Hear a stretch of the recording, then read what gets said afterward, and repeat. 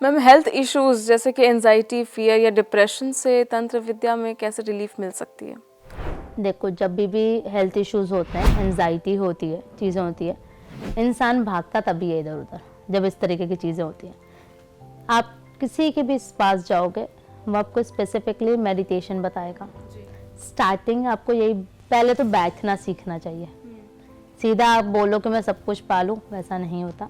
आपको मेडिटेशन सिखाया जाएगा, आपको बताया जाएगा किस तरीके से किस चीज़ की चैंटिंग करनी है, क्या आपके लिए हेल्पफुल रहेगा, स्लीपिंग का क्या ऑर्डर होता है, भोजन का क्या नियम है, हर एक चीज़ सिखाई जाती है, तब जाके वो काम होता है।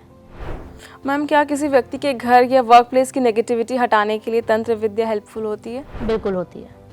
अगर आप देखो कहीं पे भी कोई नेगेटिव एनर्जीज है, कोई नेगेटिव इन्फ्लुएंस है, कुछ चीज़ें होती है, जैसे कई लोग आते हैं पैरानॉर्मल एक्टिविटीज़ हो रही है, एग्जाम्पल के लिए आप नॉर्मल तो आप समझ नहीं पा रहे हो क्या रहा है, आपके लिए तो यही है कि कुछ तो हो रहा है हमारे साथ, हमें समझ नहीं आ रहा। वहाँ पर कोई भी मांत्रिक, तांत्रिक या कोई भी एक साधक जाता है तो वो उस चीज़ को, उसके ऑरा को प्योर करता है, उस प्लेस के ऑरा को प्योर करता है। इन शॉर्ट, अगर मैं वास्तु के हिसाब से बात करूं, तो जब हम वास्तु की बात करते हैं, जब मैं किसी घर पे जाते हैं, किसी भी जगह में जाते हैं, वहाँ की मिट्टी जांची जाती है।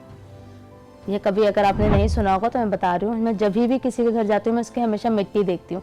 अब कोई फ्लोर बना हुआ है तो मिट्टी तो देख नहीं सकते, तो वहाँ पर जब आप घर में पैर रखते हो तो वो एक एक चीज़, ईंट और दीवार आपकी सारी चीज़ें बताती है। मैम, क्या ये सच है कि तंत्र विद्या में कुछ स्पेशल डेज या नाइट जैसे कि अमावस्या का ज़्यादा महत्व होता है?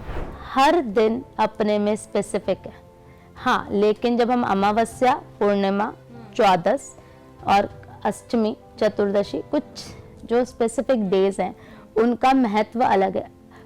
क्यों है? आप किसका पूजन कर रहे हो, किस देवी देवता को मान रहे हो, किसके लिए कर्म कर रहे हो, तो वो स्पेसिफिक है। हाँ, स्पेशल डेज होते हैं, जैसे कि सबसे बड़ी पूर्णिमा जो होती है वो होली के दिन आती है, तो आपने देखा होगा कई साधक होली के टाइम पे नहीं दिखते, अपना पूजन वगैरह कर रहे होते। दिवाली बहुत इंपॉर्टेंट होती है।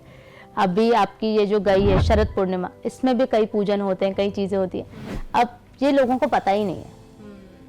तो हर चीज़ का एक अपना एक रोल है, हर चीज़ का अपना एक तरीका है, वो किया जाता है।